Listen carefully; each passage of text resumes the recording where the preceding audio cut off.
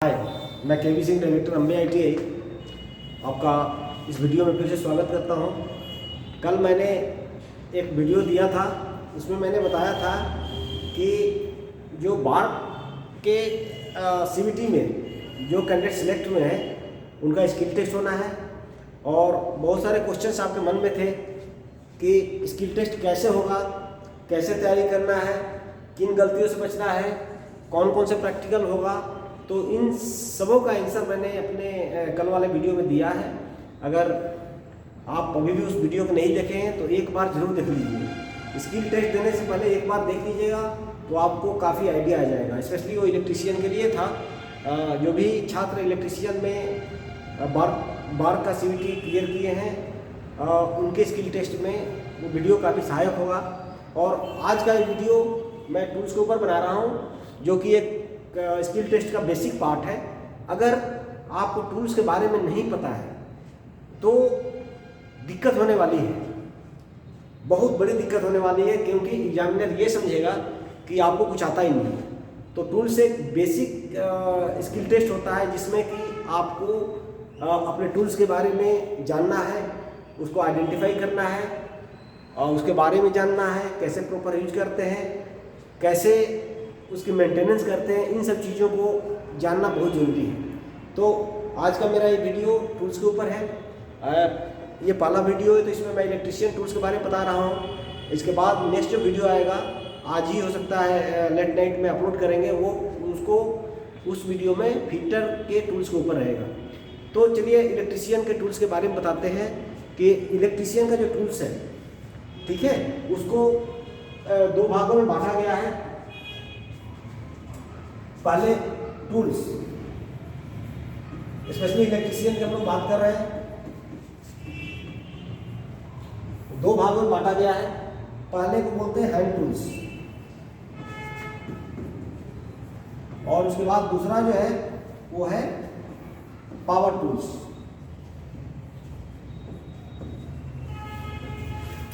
तो ये hand tools जो होता है उसका हम लोग उपयोग हाथों से करते हैं, हाथ से जो करते हैं उसमें पावर की जरूरत नहीं होती है, किसी बिजली की जरूरत नहीं होती है, किसी सेल की या बैटरी की जरूरत नहीं होती है, तो उसको बोलते हैं हैंड टूल। लेकिन कुछ कुछ ऐसे टूल्स हैं जहाँ की आपको इलेक्ट्रिसिटी की जरूरत पड़ेगी। तो जो टूल्स इलेक्ट्रिसिटी से चलते हैं, बैटरी से चलते हैं, उनको बोलते हैं पावर टूल्स। ठीक है, तो अभी जो हम वीडियो बना रहे हैं वो है हैंड टूल्स के बारे में। उसके बाद नेक्स्ट जो वीडियो आएगा वो पावर टूल्स के बारे में आएगा। और तीसरा जो वीडियो होगा वो होगा measuring instruments and meters।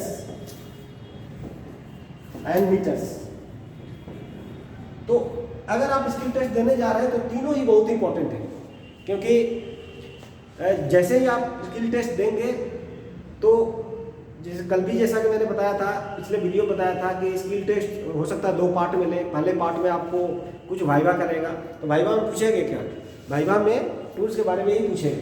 ठीक है, तो चलिए हम लोग देखते हैं कि हैंड टूल्स कौन कौन से इलेक्ट्रीशियन यूज करते हैं और उनके कितने टाइप्स हैं और कैसे यूज करते हैं। तो ये पहला जो हैंड टूल्स है वो क्या है, कॉम्बिनेशन प्लायर।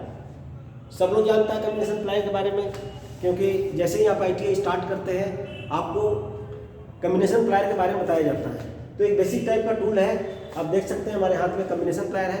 कॉम्बिनेशन इसलिए बोलते हैं कि बहुत दो तीन काम इसके साथ कर सकते हैं। जैसे ग्रिप करना है, पकड़ना है तो हम लोग पकड़ सकते हैं, और कुछ वायर वगैरह कट करना है तो यहाँ कटिंग साइड्स होता है, उससे हम लोग कट कर सकते हैं। और फ्लैट चीज़ों को भी पकड़ सकते हैं। राउंड कोई चीज़ है तो उसको डैमेज नहीं हो इसलिए पकड़ने के लिए बीच में एक स्लॉटेड टाइप का होता है। और इधर अगर आप साइड में देखेंगे, इधर देखिए, तो यहाँ से अगर कोई पतला स्टील वायर वगैरह है तो उसको भी आप कट कर सकते हैं। तो तीन चार काम एक साथ इससे होता है, इसलिए हम लोग इसको कॉम्बिनेशन प्लायर बोलते हैं। इलेक्ट्रीशियन के लिए काफ़ी इंपॉर्टेंट है टूल्स, बहुत ही इंपॉर्टेंट है। कॉम्बिनेशन प्लायर जो है बहुत इंपॉर्टेंट है और ये कॉमन टूल्स है इलेक्ट्रीशियन के लिए, बिना इसके आप काम नहीं कर सकते। जो दूसरा टूल्स है वो है साइड कटिंग प्लायर। तो कभी कभी क्या होता है कि हार्ड स्टील वायर होता है या आर्मेचर का वायर होता है, उसको कट करना रहता है। तो इनफैक्ट इसका जो कटिंग एज है ना वो इधर किनारे हैं, देख सकते हैं यहाँ पे है। तो ये इतना स्पेस चाहिए तभी वो कट कर सकते हैं। तो कभी कभी ज़रूरत ऐसी होती है कि बिल्कुल टिप्स पे हमें काटने की ज़रूरत पड़े, तो इसके लिए हम लोग ये साइड कटिंग प्लायर यूज करते हैं। ये देख सकते हैं डायमंड कटिंग प्लायर भी इसको बोलते हैं, साइड कटिंग प्लायर्स। ये स्टील वायर को काटने के लिए या आर्मेचर में वाइंडिंग वगैरह करते हैं वहाँ पे हार्ड वायर को काटने के लिए होता है। नेक्स्ट टूल्स है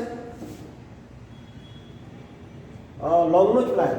ये भी काफ़ी यूज की चीज़ें इलेक्ट्रीशियन के लिए, क्योंकि जब भी कहीं सकरा प्लेस है, नैरो स्पेस है, वहाँ पे ये प्लायर नहीं पहुँचेगा। ये जो कंडीशन प्लायर है वो नहीं पहुँच पाएगा, क्योंकि ये थोड़ा मोटा है, इसकी बनावट इस तरह की है कि वहाँ तक नहीं पहुँच पाएगा। तो वहाँ पे हम लोग ये लॉन्ग नोज प्लायर यूज करते हैं। देखिए इसमें और इसमें डिफरेंस यही है कि यहाँ पे इसका जो नोज है, अब देख सकते हैं ये जो नोज है वो लंबा है, तो कहीं सकरा जगह पे अगर ले जाना है तो वहाँ पे जा सकता है। ठीक है, तो इसलिए इसको लॉन्ग नोज प्लायर्स बोलते हैं। इसमें भी 2-3 तरह का अलग अलग होता है। एक राउंड नोज प्लायर होता है, ये फ्लैट नोज प्लायर है, फ्लैट लॉन्ग नोज प्लायर्स है। ठीक है, इसमें और एक लॉकिंग प्लायर होता है। तो 3-4 तरह के प्लायर्स होते हैं। तो इलेक्ट्रीशियन जनरली हम लोग जो है राउंड लॉन्ग नोज या फिर फ्लैट लॉन्ग नोज यूज करते हैं। ठीक है, नेक्स्ट है ये देख सकते हैं, ये मोची के पास आपको ज़्यादातर देखने को मिलता होगा, ये पिंसर। ये क्या है? पिंसर है। तो इसको कहीं भी कील वगैरह निकालना है तो उसको निकालने के लिए हम लोग यूज करते हैं, इसका नाम है पिंसर। और यहाँ पे आप देख सकते हैं ये इसको खोल करके फिर उसमें कील्स के हेड को फंसा करके और फिर हम लोग इसको खींच सकते हैं। और अब यहाँ पे भी देख सकते हैं, अगर पतला कोई छोटा सा नेल है पतला है तो यहाँ पे एक ग्रूव कटा हुआ है, यहाँ पे उस ग्रूव से भी हम लोग नेल्स को निकाल सकते हैं। तो इसको बोलते हैं पिंसर। पिंसर ये काफ़ी इलेक्ट्रीशियन के लिए यूजफुल टूल्स है। इसको बोलते हैं क्रिम्पिंग टूल्स। क्या बोलते हैं? Crimping tools. Crimping tools crimping लगाने के लिए होता है। तो जब भी हम केबल को या वायर को टर्मिनेट करते हैं तो वहाँ पे आप देख सकते हैं ये जो है ना टर्मिनेशन के लिए होता है ना, वायर को काट करके इसको लगाते हैं। इसको लगा करके इसको डिफॉर्म करना पड़ता है, दबाना पड़ता है, प्रेस करना पड़ता है। अगर हम लोग प्रेस नहीं करेंगे तो क्या होगा? वो इमीडिएटली निकल आएगा। ठीक है, प्रॉपर अगर प्रेशर सब जगह नहीं पड़ेगा तो कनेक्शन प्रॉपर नहीं होगा, स्पार्किंग होगी, गैप हो जाएगा। इसलिए हम लोग ये वायर स्ट्रेपर का यूज करते हैं। या डिस्क्रिप्शन लिखा हुआ है, crimping tool is a device को join 2 pieces of metals by deforming one or both of them in a way that causes them to hold each other। तो एक तो जैसा कि मैंने बताया कि टर्मिनेशन के लिए यूज करते हैं, जब तार खत्म होता है तो वहाँ कनेक्शन देने के लिए लग्स लगाना है, ये लग्स बोलते हैं इसको। तो लग्स लगाने के लिए यूज करते हैं। या फिर 2 तारों को जोड़ना है तो वहाँ पे भी एक जॉइंटर होता है। ठीक है, तो दोनों साइड से वायर को घुसा करके वहाँ पे भी हम लोग क्रिम्पिंग कर देते हैं, सो दैट जो है ना तार जुड़ जाता है। आपने पढ़ा होगा कि जोड़ने के लिए बहुत सारे जॉइंट्स के यूज करते हैं, लेकिन क्रिम्पिंग टूल्स का भी यूज कर करके वायर को जोड़ सकते हैं। ठीक है, नेक्स्ट है वायर स्ट्रेपर। आप देख सकते हैं, फिगर में भी देख सकते हैं, और हमारे पास भी है वायर स्ट्रेपर। ये सेमी ऑटोमेटिक वायर स्ट्रेपर बोलते हैं। इधर से हम लोग इससे वायर को निकाल सकते हैं, वायर के इंसुलेशन को निकाल सकते हैं, वायर को नहीं निकाल सकते, वायर के इंसुलेशन को हम लोग निकाल सकते हैं। तो जहाँ जितना भी इंसुलेशन हम लोगों को निकालना है, इसको हम लोग यहाँ पे जो रबड़ का लगाया हुआ है, देख सकते हैं एक शेप में दिया हुआ है, स्क्वायर शेप में, तो वहाँ उसको सेट करते हैं। ठीक है, सेट करके फिर जितना भी हमें इंसुलेशन निकालना है उसको डाल करके उसको फिर ये करते हैं। ठीक है, और ये जो है ना सिंपल टाइप का वायर स्ट्रिपर है। वायर स्ट्रिपर का मतलब वायर से जो इंसुलेशन है उसको हटाने के लिए इसको यूज करते हैं। ठीक है, तो ये सेमी ऑटोमेटिक बोलते हैं इसको। और ये जो है ना नॉर्मल जनरल वायर स्ट्रिपर है। तो इसको क्या करते हैं कि इसमें देखिए, देख सकते हैं आप, इसमें यहाँ पे ग्रुप कटा हुआ है, तो ग्रुप के हिसाब से हम क्या करते हैं उसको ले करके और फिर उसको ना हल्का थोड़ा सा चारों तरफ से इंसुलेशन को ये करके और हटा सकते हैं। तो आपने किया होगा, जो जिन छात्रों ने हमारे पास अम्बे ITI में स्किल टेस्ट की तैयारी किया है तो उन लोगों ने इसको यूज़ किया होगा कि कैसे हम लोग इसको निकालते हैं। वायर के ऊपर से इंसुलेशन को हटाते हैं। नेक्स्ट है, देख सकते हैं, फिगर देख सकते हैं,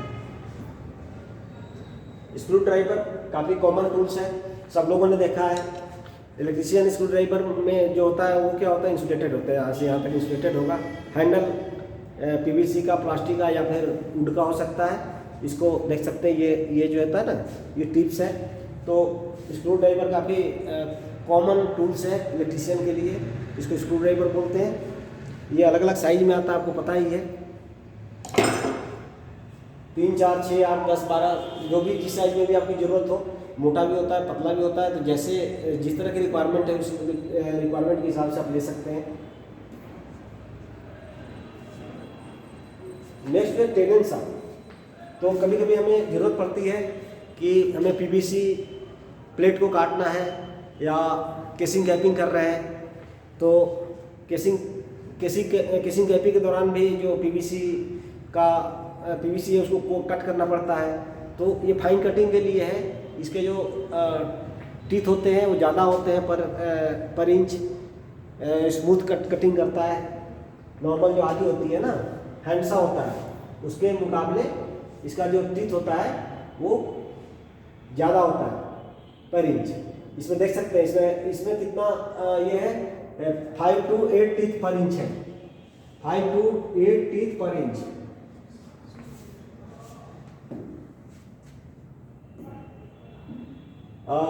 हैंडसा में जो हम बता रहे थे, हैंडसा में कितना है, 5 to 8 टीथ पर इंच है, ठीक है। तो उसमें जो टेंडेंसा होता है, इसमें 8 to 10 टीथ पर इंच होता है, ज़्यादा टीथ होता है। ज़्यादा टीथ होगा तो नेचुरली स्मूथ काटेगा। नेक्स्ट हेक्सा है। कभी कभी हमें ज़रूरत पड़ती है क्योंकि हम वायरिंग करते हैं, तो जीआई पाइप वगैरह होता है, तो वहाँ पे लोहे वगैरह को काटना रहता है, पाइप वगैरह को काटना रहता है, तो हम लोग हेक्सा फ्रेम का यूज करते हैं। इसके पार्ट्स आपको पता ही है, ठीक है। इसको यूनिट बोलते हैं, हैंडल है, ये फ्रेम बोलते हैं, ये ब्लेड्स है। ब्लेड्स जो होता है ना, चेंज होता है। ब्लेड्स जो है अगर ख़राब होता है वो चेंज होता है।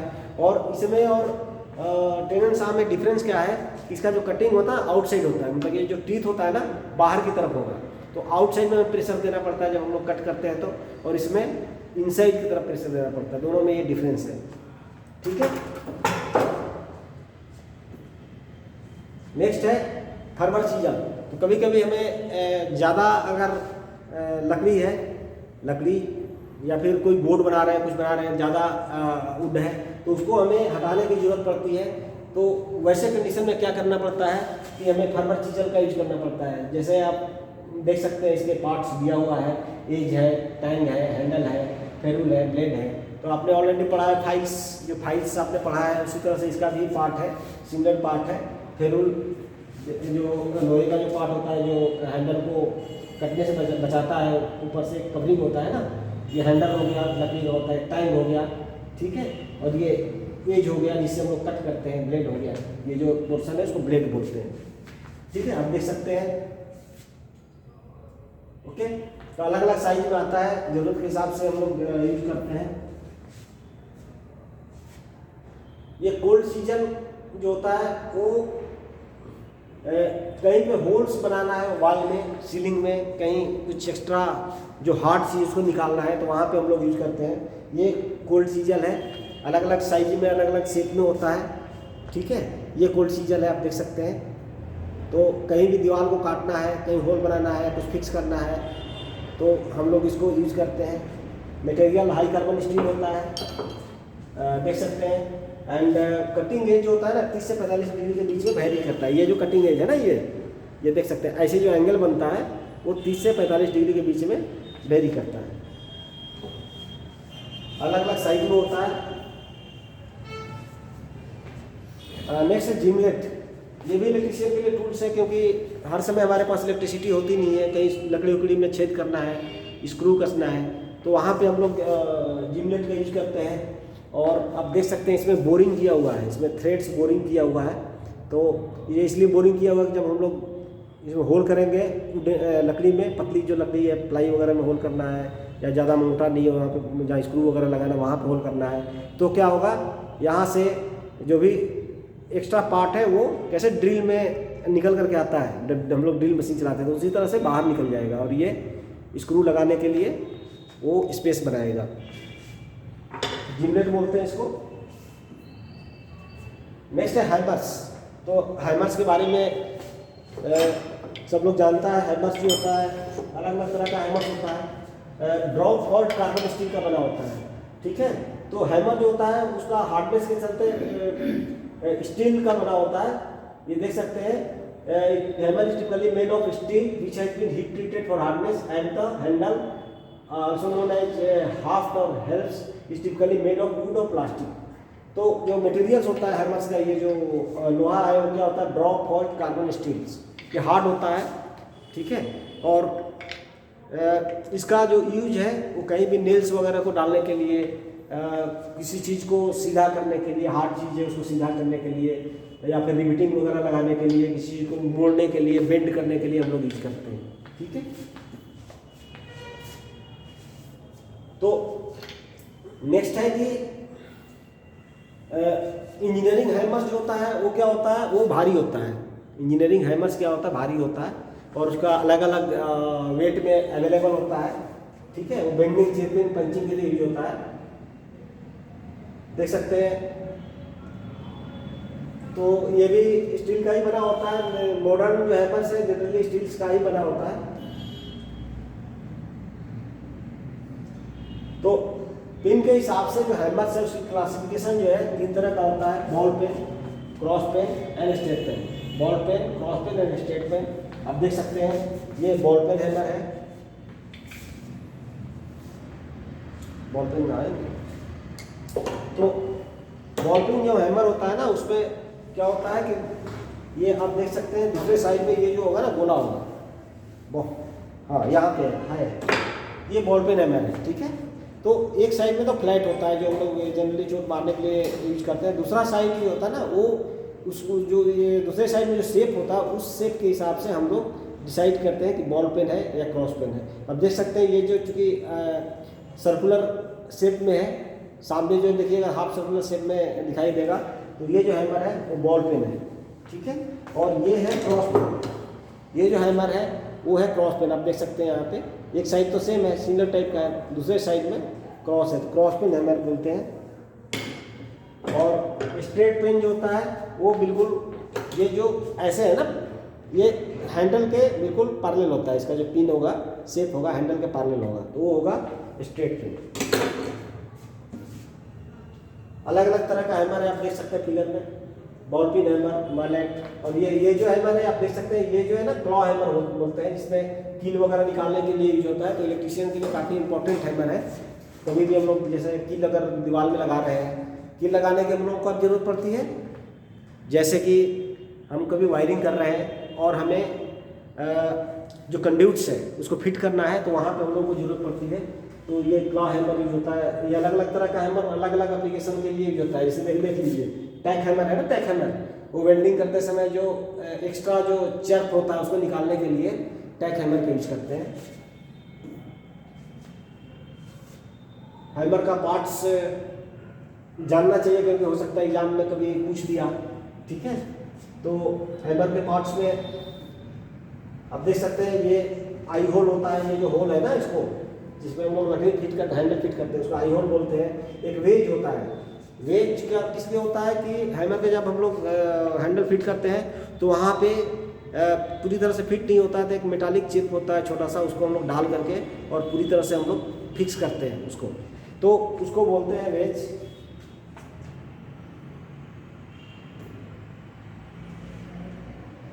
नेक्स्ट जो है स्टील रूल है हमारे पास। स्टील रूल है।